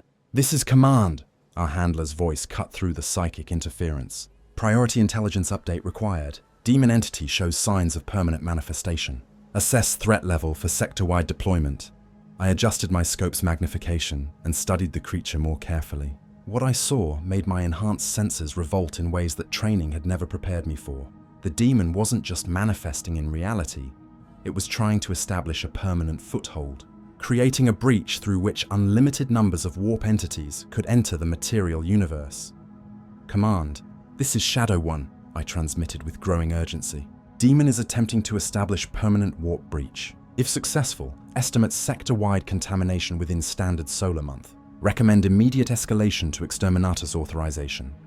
The pause before response told me everything I needed to know. Sector Command was weighing the cost of destroying an entire world against the risk of allowing chaos to gain a permanent foothold in Imperial space. Negative on Exterminatus. Authorization, came the eventual reply.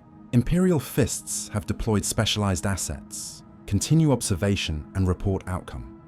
The specialized assets turned out to be a Grey Knight strike team that materialized via teleportation directly onto the spire's upper levels. Even through enhanced optics, looking at them directly was difficult. Their armor seemed to repel observation through some combination of psychic wards and blessed technology. When they engaged the demon in close combat, the battle became something that existed beyond normal physical laws. Reality twisted and buckled around the combat zone as warriors specifically engineered to fight demonic entities met something that had never been fully human to begin with. The fight lasted exactly 4 minutes and 17 seconds. When it ended, the demon was gone, banished back to the warp with wounds that would take millennia to heal. The lesser entities followed, their connection to reality severed by their master's defeat. Demonic threat neutralized, I reported to command. Grey Knights successful. Warp breach sealed. Planet secured for Imperial reclamation. But as the Imperial forces began securing the city, I realized something that the official reports would never acknowledge. We were winning. Not just this battle, but the larger war against chaos itself. Every engagement taught us more about our enemy's weaknesses. Every victory made the next one more achievable. The Emperor's children we'd faced on Erebus Prime had been ancient and terrible, but they'd also been predictable, slaves to their own corruption. The demon on Mordax 7 had possessed immense power, but that power had made it vulnerable to specialists who understood its nature. Humanity's enemies were learning, but so were we, and we were learning faster. Extraction in 30 minutes, Kowalski announced as Imperial forces completed their sweep of the city. Good work, people. Intelligence gathered here will guide operations across 17 systems. As we prepared to leave Mordax 7th, I looked back at the central spire one final time. Somewhere in the warp, forces of unimaginable malevolence were plotting humanity's destruction. But here in reality, soldiers like us stood watch, gathering the knowledge needed to defeat them. The nightmares would continue, but so would we, and that was enough. Chapter 10, Warriors, made 2 years after Erebus Prime. I stood in the command bunker of Firebase Omega 7, watching hololithic displays that showed the deployment of Imperial forces across 3 star systems. The tactical information streaming across the screens represented months of intelligence gathering by units like Shadow Squad, translated into operational plans that could save or damn entire worlds. Chaos forces confirmed in the Zerian cluster, reported Colonel Valdez, the operation's overall commander. Intelligence suggests a Black Legion warband operating in coordination with Alpha Legion infiltrators. Estimated strength, 2,000 traitor Astartes plus supporting elements. The numbers should have been terrifying. 2,000 Chaos Space Marines represented a threat that could conquer dozens of worlds if left unchecked. But instead of fear, I felt the cold satisfaction of a predator sizing up its prey. We knew their weaknesses now. Every engagement, every survivor's report, every intelligence briefing had added to our understanding of how the traitor legions operated. The Black Legion fought with the brutal efficiency of Horus's Chosen, but they were arrogant and predictable. The Alpha Legion relied on deception and infiltration, but their need for elaborate schemes made them vulnerable to direct assault once their positions were revealed. Deployment orders confirmed, Valdez continued. Operation Purging Fire will commence in 72 hours. 5 Space Marine chapters, 12 Imperial Guard regiments, and specialized assets from the Ordo Malleus. Total force strength, approximately 50,000 Imperial personnel. I studied the tactical displays with the eye of a specialist who'd learned to recognize the patterns that marked successful anti-chaos operations. The deployment showed the methodical precision that had made the Imperium capable of fighting a 10,000-year war against enemies that violated the natural order, fast attack formations to prevent enemy withdrawal, heavy assault units to break fortified positions, specialized teams equipped with blessed weapons and psychic wards to deal with demonic manifestations, and reconnaissance assets like Shadow Squad to provide real-time intelligence on enemy capabilities and dispositions. Shadow 1, Colonel Valdez addressed me directly. Your team will deploy to Zerian Prime advance of the main assault. Standard reconnaissance protocols, but with authorization for direct action if high-value targets present themselves. The mission parameters were familiar. Infiltrate enemy-held territory, gather intelligence on Chaos Force disposition, identify key targets for elimination. But the authorization for direct action was new, reflecting the confidence that senior commanders now had in our abilities. Over 2 years of operations, Shadow Squad had evolved from simple reconnaissance specialists into something more dangerous. We were hunters now, predators who stalked the Imperium's worst enemies through the darkness between stars. Our success rate was 93%, with mission completions that had prevented dozens of Chaos incursions before they could gain momentum. "Sir," I replied, "Shadow Squad stands ready to serve." As the briefing continued, I reflected on the changes that 2 years of specialized operations had wrought. The trembling guardsman who'd cowered in a ruined chapel while Chaos Marines stalked him like prey was gone, replaced by someone harder and more focused. I'd learned to think like the enemy, to anticipate their tactics and exploit their weaknesses with clinical precision. The nightmares still came, but they no longer paralyzed me with fear. Instead, they served as reminders of what would happen if we failed in our duty. Every face that haunted my sleep was motivation to ensure that other soldiers wouldn't have to face the same horrors unprepared. After the briefing, I found my team conducting final preparations in the armory. 2 years had forged us into something more than a military unit. We were a precision instrument designed specifically to hunt humanity's oldest enemies. Chen was calibrating his long-last rifle, the weapon's machine spirit singing hymns of accuracy that could place rounds through Chaos Marine eye lenses at distances approaching a full kilometer. Kowalski checked the blessed ammunition in his bolt pistol, each shell inscribed with litanies that could wound entities existing partially in the warp. Our newest member, Corporal Martinez, no relation to the Martinez who died on Erebus Prime, was reviewing tactical data on Alpha Legion infiltration patterns. He'd joined us after surviving a demon incursion on his homeworld, bringing experience with enemies who could wear human faces while serving powers beyond mortal comprehension. "Equipment check complete," Kowalski reported. "All personnel ready for immediate deployment."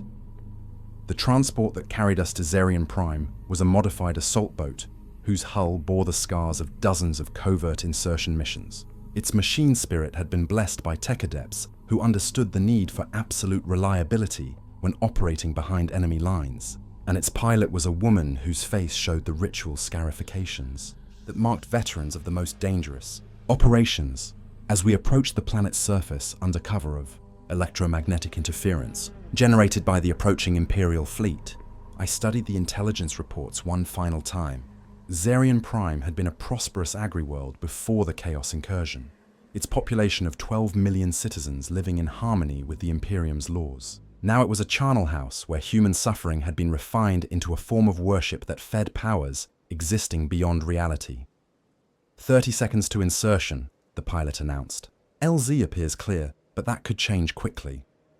We made planetfall in a forest of twisted trees whose bark wept substances that hurt to identify. The local ecosystem had been corrupted by months of chaos occupation, transformed from natural beauty into something that violated basic biological principles. Even the air tasted wrong, thick with pollutants that seemed designed to induce despair in anyone forced to breathe them. Auspex readings indicate massive psychic disturbance approximately 10 kilometers north, Chen reported. Energy signatures consistent with large-scale ritual activity. Through my enhanced optics, I could see the glow on the horizon that marked our destination. Zarian Prime's capital city, now transformed into a hellscape where 10,000 years of human civilization were being systematically destroyed by forces that existed before mankind. Learned to make fire, we moved through the corrupted landscape with the patience of born predators. Our enhanced senses alert for threats that conventional training couldn't prepare soldiers to face. Every shadow could hide a demon. Every sound might herald the approach of traitor Astartes. Every moment of carelessness could result in death or worse. But we were no longer the terrified guardsmen who'd fled from Chaos Marines in a ruined factory. We were specialists, experts in a form of warfare that most Imperial commanders preferred to ignore. We'd learned to think like our enemies, to anticipate their tactics, and to exploit the weaknesses that corruption inevitably created. The first contact came at 0347 hours local time, when our Auspex detected movement in a grove of trees whose branches formed patterns that hurt to perceive directly. Through thermal imaging, I could see 7 figures in power armor moving with the fluid grace that marked transhuman warriors. But instead of fear, I felt the cold satisfaction of recognition. These were world eaters, servants of the blood god, whose corruption had reduced them to living weapons incapable of tactical thought beyond direct assault. Dangerous in close combat, but predictable in ways that could be exploited by soldiers who understood their limitations. World Eaters confirmed, I whispered into our tactical network. 7 contacts, standard patrol formation, deploying countermeasures. The blessed fragmentation grenades we developed specifically for anti-Astartes operations detonated in sequence, their consecrated shrapnel designed to penetrate Chaos power armor at precisely calculated angles, where normal explosives would have been shrugged off by transhuman physiology. These weapons carried the Emperor's wrath made manifest in molecular form. 2 World Eaters fell immediately, their corruption-enhanced nervous systems, unable to cope with injuries inflicted by weapons, blessed in the presence of Primarch relics. The survivors charged our positions with the mindless fury that had made them legendary. But they were charging into carefully prepared kill zones that channeled their assault into predetermined areas. Chen's long last spoke with mechanical precision, each shot placed with supernatural accuracy through weak points in Chaos armor. Kowalski's bolt pistol chattered on semi-automatic, its blessed shells detonating inside transhuman flesh with effects that would have been impossible using conventional ammunition. The engagement lasted exactly 97 seconds. When it ended, 7 of the galaxy's most feared warriors lay dead or dying, their threat eliminated by 4 soldiers who'd learned to think faster and fight smarter than enemies who'd been killing for 10,000 years. Contacts neutralized, I reported to command, proceeding to primary objective. As we continued toward the capital city, I realized that something fundamental had changed in humanity's war against chaos. We were no longer merely surviving encounters with the Imperium's enemies. We were hunting them with the same methodical precision they'd once used against us. The Chaos Marines we'd faced on Erebus Prime had been ancient and terrible, but they'd also been predictable, slaves to corruption that made them vulnerable to tactics they couldn't comprehend. Every victory taught us more about their weaknesses. Every engagement made the next one more achievable. When the main Imperial assault began 6 hours later, our intelligence guided orbital bombardments that eliminated key enemy positions before they could respond effectively. The Black Legion warband found itself fighting a battle that had been decided before the first shots were fired, their ancient tactical doctrines unable to adapt to enemies who understood their nature. The campaign lasted 3 days. When it ended, Erebus Prime was free of chaos taint, its population of survivors ready to begin the long process of rebuilding their world under Imperial law. But more importantly, we'd proven something that senior commanders were finally beginning to understand. Humanity's enemies were not invincible. They were ancient and terrible, but they were also predictable, slaves to their own corruption who could be defeated through proper tactics and unwavering faith.